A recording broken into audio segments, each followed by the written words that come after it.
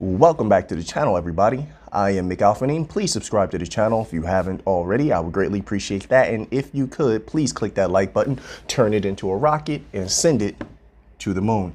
So Ripple has been doing a lot of advertising as far as tweets, interviews, website posts. They're on various panels over the last few months, doing a really good job. But one of the key things I like to point out that they're really highlighting is the green nature, okay? Their carbon neutral, carbon negative nature of the XRPL. It's the same with Stellar. They like to highlight that as well. Hedera, and I believe Auream is actually carbon negative. This is something that's going to be huge in the future. I can't emphasize it enough, especially when it comes to, and I know a lot of people hold Bitcoin, a lot of people hold Ethereum. I'm not sure why this is not discussed more often, but coins that are not green are going to suffer in the future. And I have nothing against Bitcoin or Ethereum, but they're going to suffer unless they can be made more green, more energy efficient. They're going to suffer in the future. Why do I say that? I say that because the most powerful organizations on the planet, the IMF, International Monetary Fund, Bank of International Settlements, the European Central Bank, they are all pushing for greener technologies. They are all against energy inefficient cryptocurrencies and blockchains. And also that's something that's holding everything back is what they're selling as this deadly nature of the legacy blockchains, if you will, like Bitcoin and Ethereum.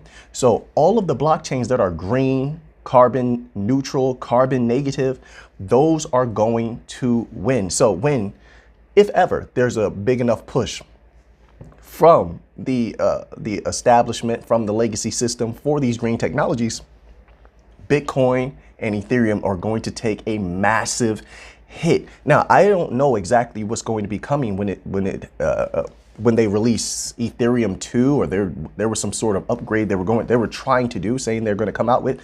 I don't know how that affects Ethereum's greenness, but as long as you have miners, you're going to have issues.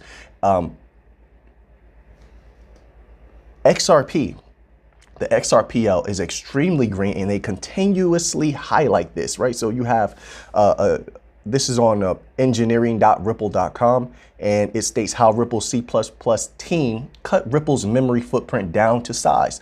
One of the best ways to make software more accessible is to reduce the hardware resources needed to run it. Blockchain software is no exception. The XRP ledger is already one of the greenest blockchains due to its pioneering consensus protocol, but its ecosystem can still benefit from more efficient resource usage. Okay, so as I stated many times, they're going to continue to upgrade it. This is going to become more efficient. I think on every single level, you're going to continue to see the cryptocurrencies, the blockchains that they run over. You're going to see them continue to improve. There is no other way, and there's a myriad of reasons for that, but you're going to see them become faster. You're going to see them become more secure. They're nowhere near their peak or their best. They're stepping into their best. And in one of those ways, it has to be carbon neutral or carbon negative, especially in the future if they're going to do something like carbon taxes, right? So they're taxing you for all the various feet worth of carbon that a company is using.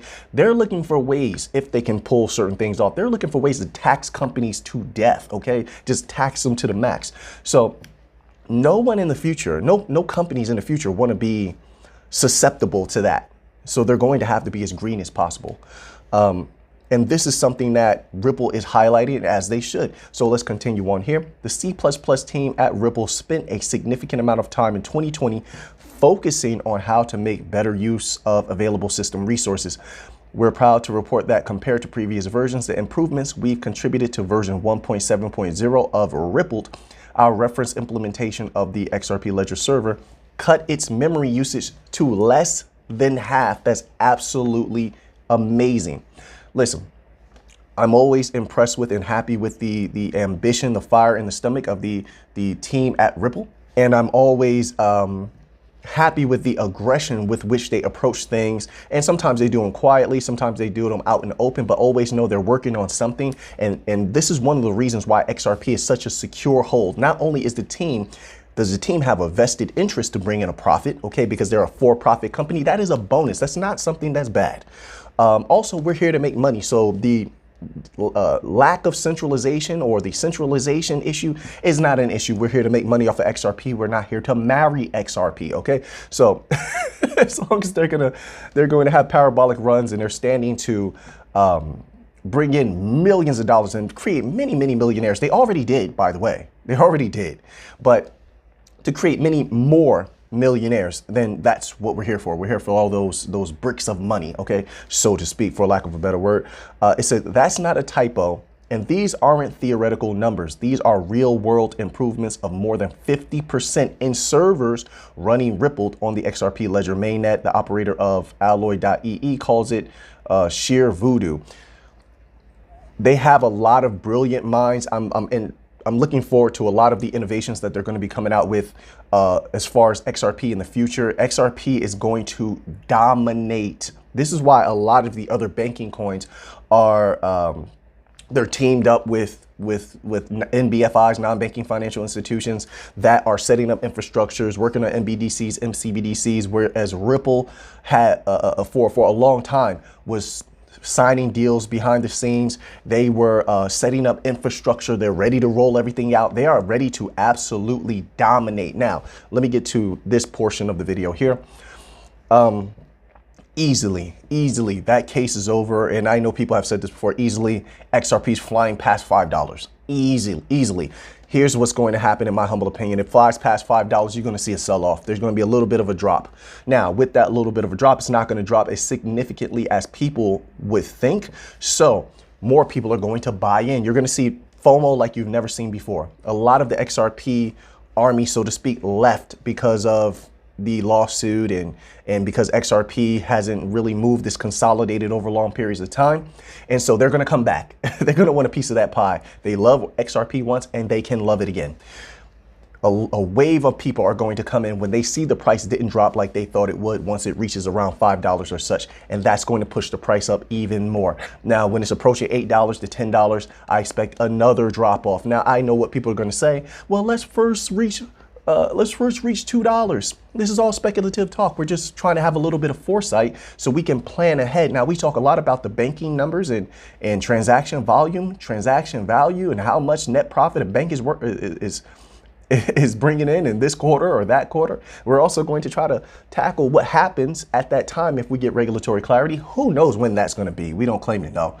But if there's regulatory clarity, what to anticipate, because what's going to happen is this. And this is why I wanted to touch on that just a little bit. Let's say XRP is approaching $10. You're going to see a mass sell-off. Now, at that time, people are going to be making hundreds of thousands of dollars, up to millions of dollars. At that time, once we're starting to approach like $10 mark, okay, people are going to start selling off in mass because they're going to be scared. The fear is going to be at an all-time high. And so what's going to happen, a lot of people are going to sell before it even reaches $10. As it's reaching $10, people are going to sell heavy, in my humble opinion, because they're looking at all that money in their bank account. It's going to weigh on their mind heavy. They don't want to lose it. And it's going to be a lot of money. There's people that hold a ton of XRP, and they're going to start selling. Okay, people are going to be in fear of losing their gains. They believe in XRP, but like, not enough to where they want to actually risk losing those gains if indeed 10 would be the top, or 10 would be where it kind of hits a ceiling, and then either there's consolidation or there's a dip. Okay, they don't want to lose those gains. They're going to sell, and there's going to be mass panic. And what happens is this: people are going to go on forums, they're going to be in comment sections, and they're all going to be spreading that. Oh, I sold mine, you should sell yours, you're this, you're that. They're going to start throwing out a lot of these unsavory comments about selling, and people are going to be pressured to sell. Then I anticipate there's going to be a dip, okay? And then there will be some consolidation, and then it's going to fly past $10. Listen, there's too many banks set up for XRP to not fly past $10, in my humble opinion. Now, this is not a guarantee. I'm not saying it's guaranteed these things are going to happen. Everything has to continue to go according to plan, and people have to do continue to do their jobs in an efficient way to bring in business and make sure those contracts are solid and make sure that the systems are going to run without a hitch. All right. So so Ripple has done a great job in positioning XRP to be absolutely dominant like that at the flick of a switch, for lack of a better word, right? Since everybody uses that, at the flick of a switch is going to take off. And anybody in the know knows this. It's going to move powerfully. And it's, as it rises, a lot of other coins are going to rise as well. XLM is going to rise with XRP. It happens almost every single time. They sort of rise together. Okay. XLM has its own things going on, of course, but it's going to rise as well. And I anticipate once you're starting to see sell-offs from XRP, you're going to see some dips with XLM as well. But yes, I believe it's going to fly past $10. But by that time, many people are going to sell their XRP. You're going to feel the strongest pressure you have ever felt in your life, because your gains are going to be so exponential. And it's been so long people have waited that the psychology of it all, it's going to be a very, very pressurized psychology. So I think I said this before in videos a long time ago. We've been making XRP videos for a long time, but now that we're starting to see some of the members of the government warm up to the idea of possibly Congress, issuing regulatory clarity as opposed to the SEC, which is completely and wholly out of control. If that were to happen, this is the time to start thinking about, sell targets.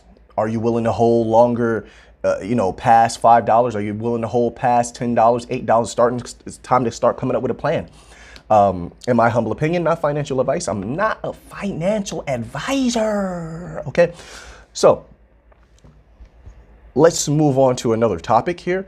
Now, there was a post here from Michael Venuto. All right. It was global ETF assets past $9 trillion mark. Why is that relevant? A lot of the people, and I don't typically talk about a lot of non-banking coins, okay, but you have Solo here. Everyone knows the Solo airdrop happened.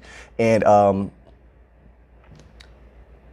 why is that relevant? Okay, so ETFs past $9 trillion, and then in association with the XRPL, you have Sologenic, which here on their website, it says it facilitates investing and trading between crypto and non-blockchain assets such as stocks, ETFs, and commodities from top 30 plus global stock exchanges. Let me say that again, ETFs. If ETF just passed $9 trillion, ETF market just passed $9 trillion, and you have Sologenic able to bring ETFs to the XRPL, that's major.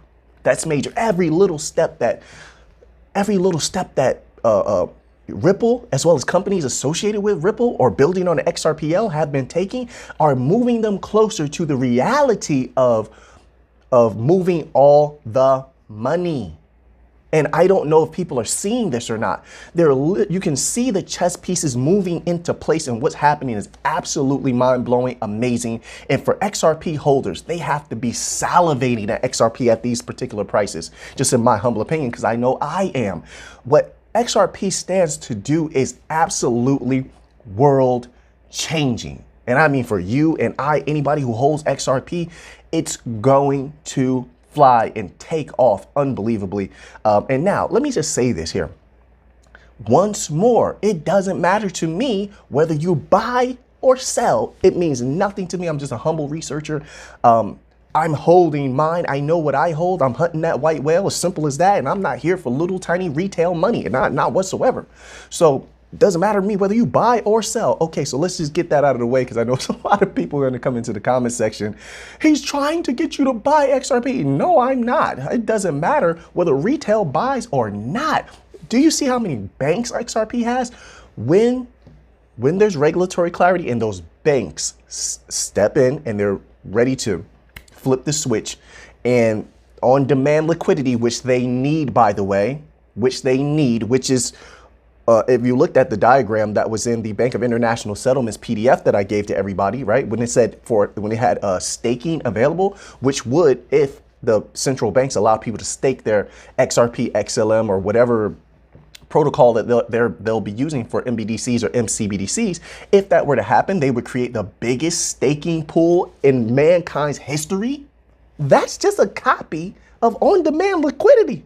That's all it is. It's a copy of that. It shows you how potent the structure that they set up for the XRPL is, and how strong XRP is, its influence, and why it's so desirable. If it's desired by the most powerful central banks in the world, the most powerful institutions in the world, then they're doing something right.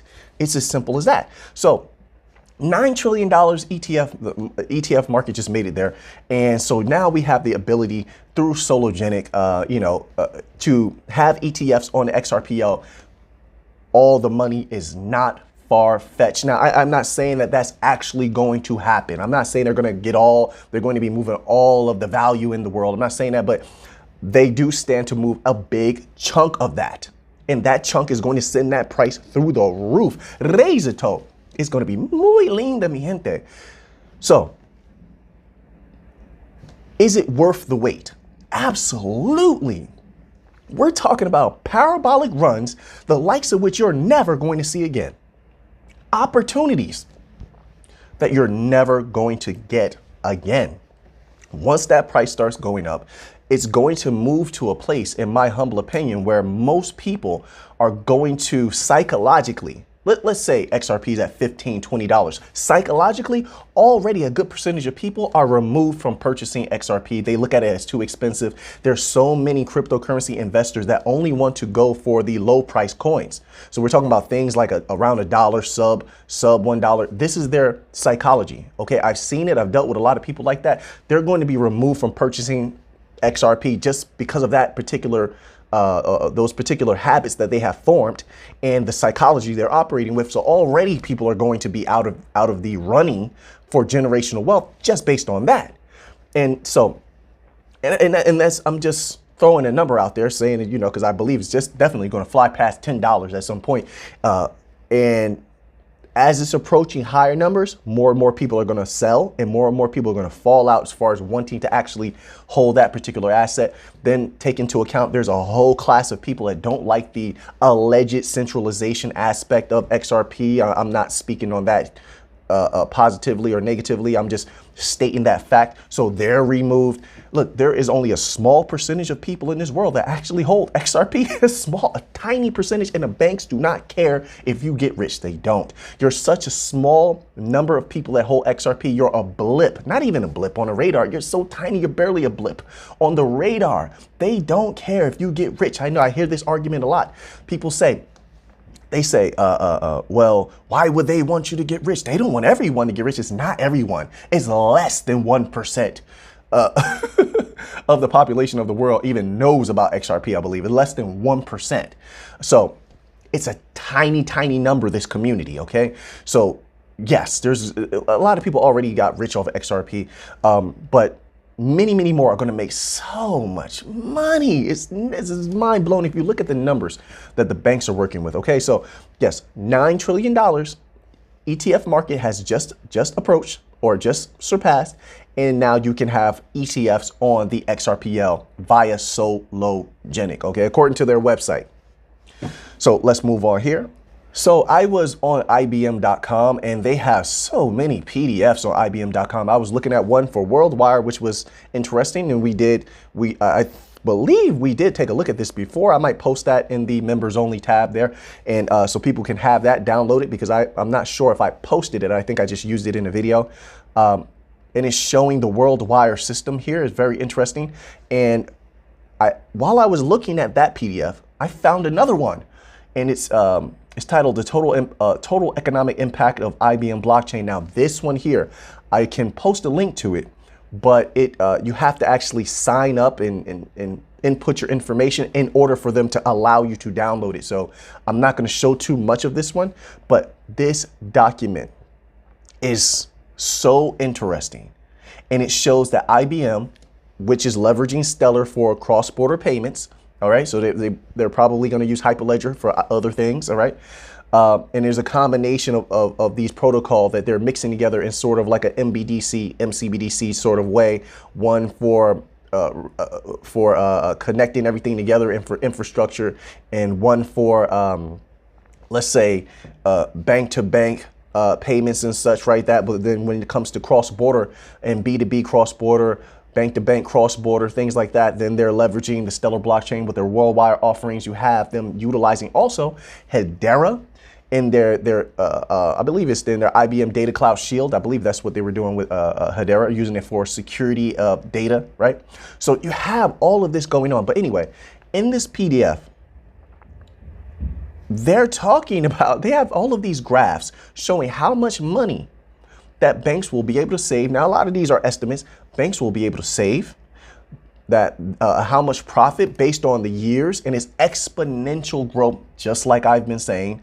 But also, there's a few portions in this PDF where they're talking about 100% replacement of the legacy system. Now, of course, this is just them putting this forth. That doesn't mean that the banks are going to actually go for that. However, with them having over, I believe, 150 financial ecosystem partners, I'm going to believe they're on board with this. However, 100% replacement, IBM is looking to dominate, which means what for Stellar? That means, as I was saying before, the future for Stellar could be brighter than we know. We have to wait to see how all of this plays out. But if they're going to 100% replace, if they're able to pull this off and 100% replace the legacy system, and I believe it was saying within 4 years of usage of this particular system, it was like 4 or 5 years, something like that. I believe that's what the chart showed. If they're able to pull that off, there's going to be so much money flowing through these particular blockchain protocols that, as I iterated before, I think maybe some of our projections for the potentiality of where the price can go are actually a little bit low. I think that if they're able to pull this off, I think some of our projections are a little bit low,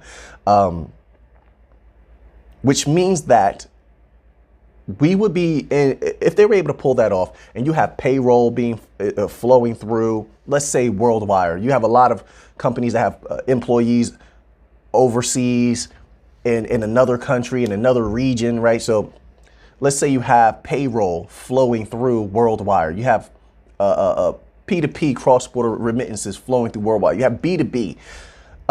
There's going to be a multitude of parabolic spikes and then leveling out, then another parabolic spike, and then consolidation.